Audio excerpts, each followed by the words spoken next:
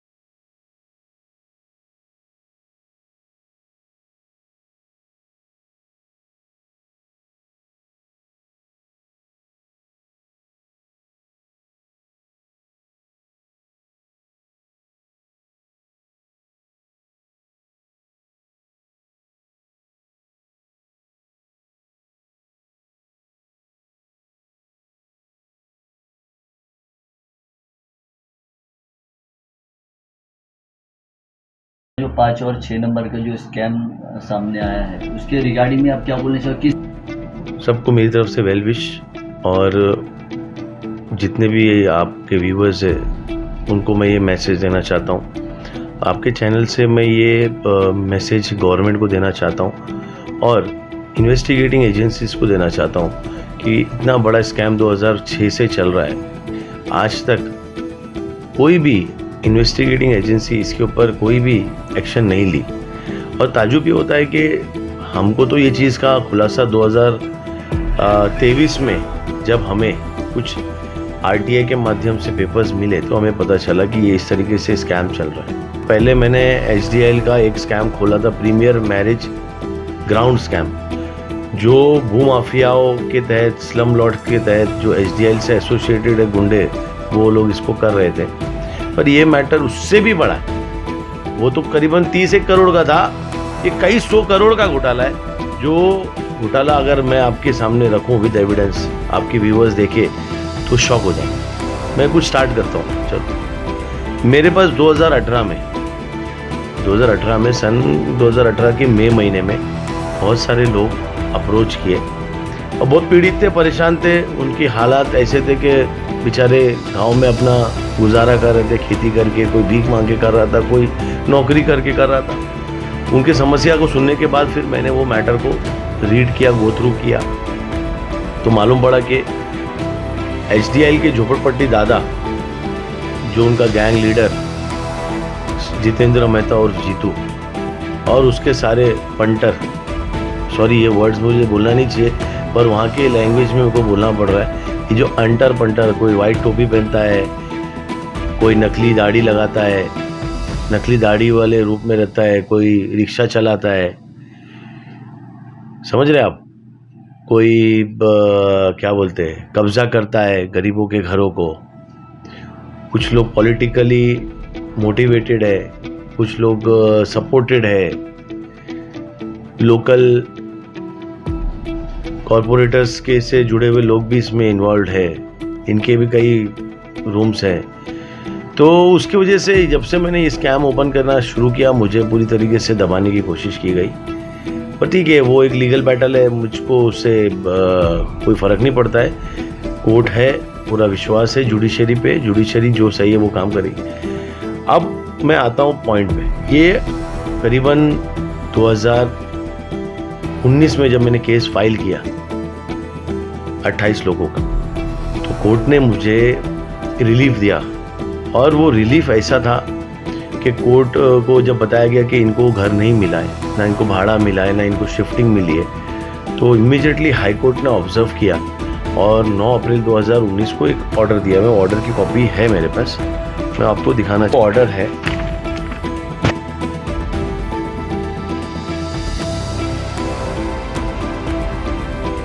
मेरे सारे व्यूअर से रिक्वेस्ट है कि ये ऑर्डर कॉपी वो निकाल सकते हैं नेट से, इसको गो थ्रू करें। इसमें देखो और एक चीज़ है, मैं आपको बताना चाहता हूँ। मैं जो रिक्वेस्ट कर रहा हूँ हाई कोर्ट का ऑर्डर है, उसको कंप्लायंस के लिए रिक्वेस्ट कर रहा हूँ। हाई कोर्ट ने आपको बता दूँ 6 सितंबर 2022 को एक ऑर्डर दिया था, जिसमें हाई कोर्ट ने खुद कहा था पैरा नंबर 7 में, मैं आपको रेलेवेंट पोर्शन दिखाता हूँ पढ़ के।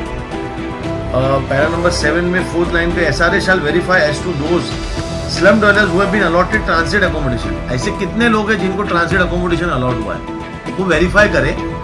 फिर बोला था फॉर 1 टेनेमेंट, एक टेनेमेंट के लिए person can not have transit accommodation and also rent. मतलब ये कि एक आदमी रूम भी ले रहा है और भाड़े भी मांग रहा है, ऐसा नहीं हो सकता है ना। तो इसके लिए SRA shall verify the same। तो मैं तो यही बोल रहा हूं, यहां तो नया घोटाला दिख रहा है कि भाई मेरे क्लाइंट के 2-2 अलॉटमेंट कैसे हो सकते हैं। और मेरे क्लाइंट को अगर अलॉटमेंट मिले होते तो मेरा क्लाइंट हाईकोर्ट थोड़ी जाता था। मेरे क्लाइंट को हाईकोर्ट से ऑर्डर जब मिला उस वक्त तुमने क्यों नहीं बताया? जब तुमने ये किया घोटाला तो तुम बता सकते थे कि साहब इनके तो ऑलरेडी है। कल तुम उठ करके हमारे क्लाइंट के ऊपर झूठा आरोप लगाओगे, क्योंकि झूठे आरोप लगाना, आपके पास तो पैसे बहुत है हराम के, गरीबों के हक मारे हुए पैसे, अब तो किसको भी फंसा सकते हो। जब एक एडवोकेट को झूठे केस में आपने फंसा सकते हो तो आम आदमी आपके लिए तो कोई कुछ मायने नहीं रखता है। तो मेरा ये बोलना है कि ये जो स्लम लॉर्ड्स है, माफिया है, इनको जेल जब तक नहीं पहुंचाएंगे, मैं ये लड़ाई बंद नहीं करने वाला। ये लड़ाई मेरी एकदम तेजी से चलती रहेगी। ये मैं आपको बता दूं, ये एक पार्ट है प्रीमियर 5 नंबर 6 नंबर की ट्रांसिट कैंप बिल्डिंग का एक छोटा सा पार्ट है। इसमें और 2 बड़े घोटाले, वो मैं अगले वीडियो में वो भी शेयर करता हूँ। कुछ डॉक्यूमेंट्स मेरा वेटिंग है, मेरे एविडेंसेस आ रहे हैं और मैं शेयर करूंगा। आवाम को मालूम पड़ना चाहिए कि वो किसके पीछे जा रहे हैं और कितना प्रोपोगेंडा चल रहा है और कैसे लोगों को बदनाम किया जाता है। सच का सच, झूठ का झूठ सामने आएगा। कोर्ट तो फैसला अपना कर रही कानूनन। आवाम को ये चीज बनाना मेरा फर्ज है, मैंने मेरा हक अदा किया, मैंने मेरा फर्ज पूरा किया। और मैं फिर बोल रहा हूँ, इसमें MIM के लोग भी इन्वॉल्व हैं। मैं आने वाले वक्त में उनके खिलाफ भी एविडेंस आने के बाद, मेरे पास पूरे एविडेंस आने के बाद मैं उनको भी रिवील करूंगा। या आप सोचिए मत चलना कि जो लोग गलत है तो अपन उनको छोड़ेंगे। सबका नाम आएगा सामने। मैंने गलत किया ना, मेरे खिलाफ भी जो हो सकता है आप लोग कर सकते हैं, मेरे को कोई प्रॉब्लम नहीं। मैं हर चीज को फेस करने के लिए बैठा हूँ। और मेरा एक रिक्वेस्ट है विनोबा भावे नगर पुलिस स्टेशन से और MMRDA से कि इस तरीके से स्लम लॉर्ड्स को अगर आप लोग प्रमोट करेंगे तो गरीब को कभी घर नहीं मिलेगा। मेरी रिक्वेस्ट है आप इनके ऊपर स्ट्रिक्ट एक्शन अर्जेंट से अर्जेंट बेसिस पे। क्या बोलना चाहिए? मैं मुल्तान अहमद मंसूरी। ये जो मुझे हाथ में पेपर है, ये पेपर है ना सेफ्टिंग का लेटर है, रिजाइल ने दिया है। ये वकील साहब जो है केस की फाइल किए थे, तो जज ने फैसला दिया था भाई इनको सेफ्टिंग दो। उसने सेफ्टिंग तो दिया और 12 महले पे दिया। और 12 महले पे दिया तो रूम में काफ़ी तकलीफ था, छठ भगता था। उसके अंदर नल नहीं है, लिफ्ट नहीं है, लाइट नहीं है, दरवाज़ा नहीं है, तो रूम रहने जैसा नहीं है। फिर भी हमने एक्सेप्ट किया उस रूम को, क्योंकि 6 महीने का SDL ने ये लिया था, टाइम लिया था कि 6 महीने में इनको मैं घर दूंगा। क्या नाम है आपका? मेरा नाम दुरे महालिंग है। तो जो साहब इससे पहले जो बात किए हैं वो सेम गुजारिश मैं करता हूँ कि जैसे कि जो उनको शिफ्टिंग दिए थे इसके मुताबिक शिफ्टिंग दिए थे, तो घर बहुत बिगड़ा हुआ था, नल था ना पानी था ना लिफ्ट था।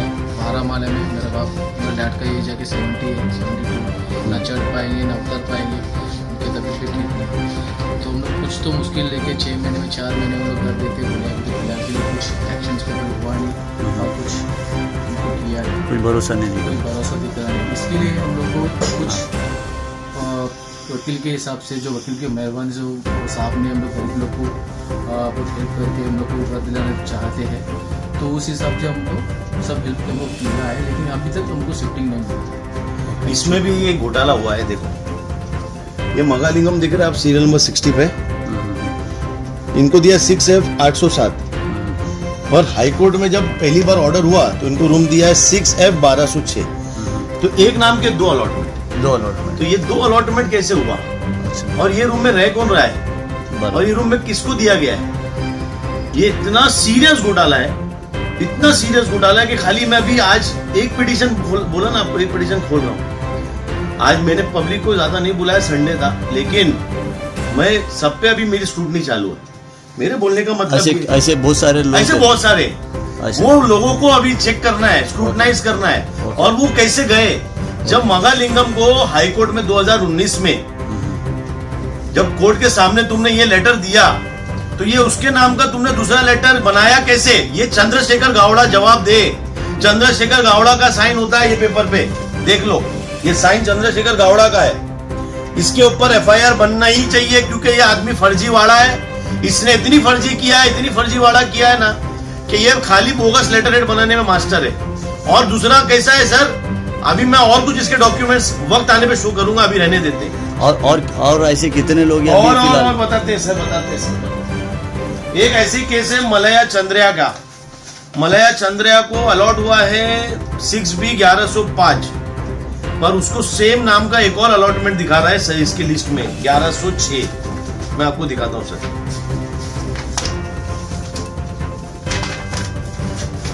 1106, ये देखिए 1106 किसको अलॉट हुआ है वो देखिए आप, और इनको लिस्ट में क्या दिया है वो देखिए जरा, वो खोल के दिखाओ उसमें 1105।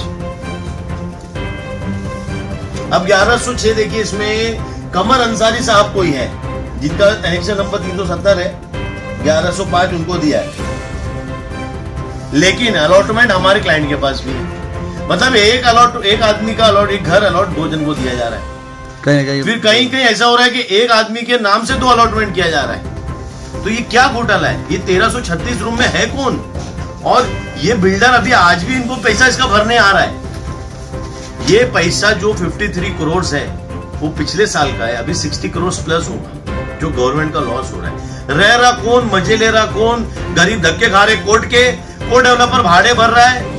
तो इसमें गरीब मर रहा है और उसमें डेवलपर का भी लॉस हो रहा है। जो हमारे को डेवलपर है अभी अडानी साहब, मैं तो उनसे भी गुजारिश करता हूं सर, हम तो आपके फेवर में ही बात कर रहे हैं कि आपका पैसा बचे, गरीब को घर मिले, आपका स्कीम चले। लेकिन क्या पता कौन से आपके लोग हैं जो ये सारे घोटाले में घोटाला करके बैठे, और उनका कहना है कि यूसुफ खान को झूठे केस में फंसाओ, एक बार वो बंद तो सब बंद। पर ये होगा नहीं, मैं अंदर जाने के बाद भी आऊंगा और लड़ूंगा। आपके दिमाग में जो लोग ये कर रहे हैं सर, उनकी स्क्रूटनी करिए, चेकिंग करिए। मैं सारे डॉक्यूमेंट्स देता हूं।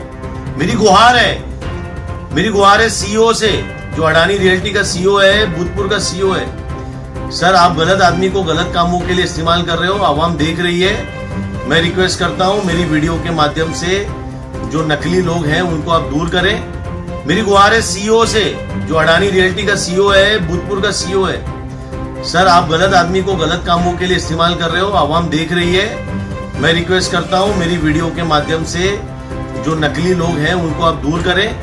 आपका प्रोजेक्ट बहुत फास्ट जाएगा और हमारे जो लोग हैं वो भी कोऑपरेट करने के लिए रेडी है। पर ये गलत तरीके से अगर आप एक एडवोकेट को फंसाने के लिए, या आपके लोग किसी एडवोकेट को फंसाने के लिए ये कर रहे हैं, तो ये सर इंसाफ नहीं है, गलत है। ऊपर वाला देख रहा है, वो इंसाफ करेगा। अब आगे और 1-2 लोगों का नाम मैं बताना चाहता हूँ। पोशिया नारायण उड़तला, इसको हाईकोर्ट से 6A 1207 मिला है। इसी के नाम का एक और अलॉटमेंट है लिस्ट में 6B 908। अब ये रूम में कौन रह रहा है? कल हम अगर ये बता रहे हैं तो इसका ये मतलब हो रहा है कि भाई ये रैकेट चल रही है, और ये अभी से नहीं चल रही है, 2006 से इनका घर तोड़ा है। तो 2006 से ये कोई ना कोई रह रहा होगा। तो 2006 से 1 महीने का अगर 7000 रेंट में जोड़ूं तो 1 महीने के हिसाब से कितना बड़ा स्कैम हो गया, कितने रूम का स्कैम हो गया। मैं तो लिमिटेड लोगों का ही मुद्दा उठा रहा हूं। तो आप क्या बोलना चाहोगे? जितेंद्र मेहता उर्फ जीतू ये सबसे बड़ा मास्टरमाइंड है। इसने पूरी रैकेट के अंदर अपने गुर्गे छोड़ के रखे। ये गलत काम करने का मास्टरमाइंड है। इसका मेन शूटर चंद्रशेखर गावड़ा है। और मेरी कंप्लेंट्स में मैं आपको कंप्लेंट भी दूंगा, जो मैंने कंप्लेंट डाली थी अगस्त 2022 से, और मैं फॉलोअप ले रहा हूं। और मैं MMRDA का शुक्रगुजार हूं। MMRDA ने कम से कम सर्वे करके ये सच का सच सामने लाया।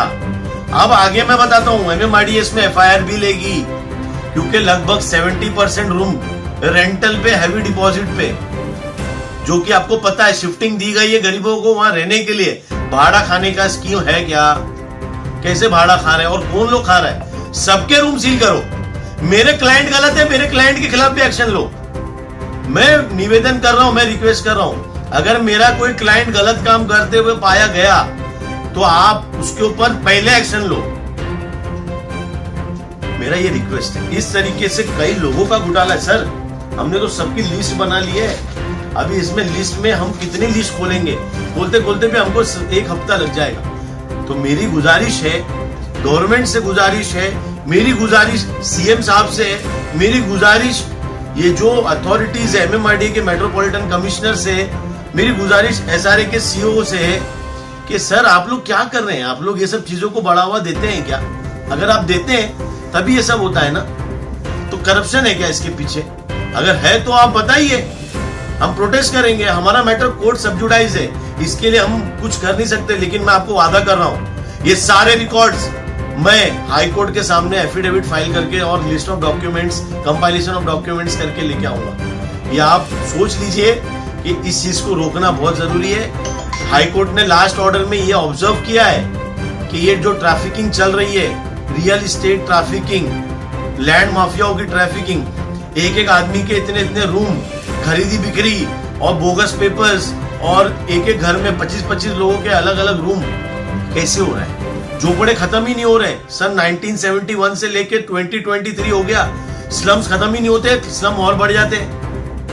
तो ये एक्ट का मिसयूज हो रहा है कि बेनिफिट हो रहा है, जो पर्पस है, ऑब्जेक्ट है, वो डिफीट हो रहा है। ये मेरा कहना है। अब मेरा दूसरा कहना ये है कि जो लोग आज दर बदर रोड पे भटक रहे, जिनको रूम अलॉट होके भी रूम नहीं मिल रहा है और जिनके नाम से दूसरे रूम खा रहे, तुरंत MMRDA कमिश्नर से मेरी गुजारिश है और इसमें भिकाने मैडम से मेरी रिक्वेस्ट है, मैडम आप तुरंत इसके ऊपर FIR रजिस्टर करिए। सारे रूम में ऐसे जो डबल नाम के दिख रहे या जो लोग ओरिजिनल आदमियों के नाम का रूम यूज कर रहे हैं, उनको तुरंत सील करिए, एक्शन लीजिए और इनके ऊपर स्ट्रिक्ट एक्शन लेके FIR करिए।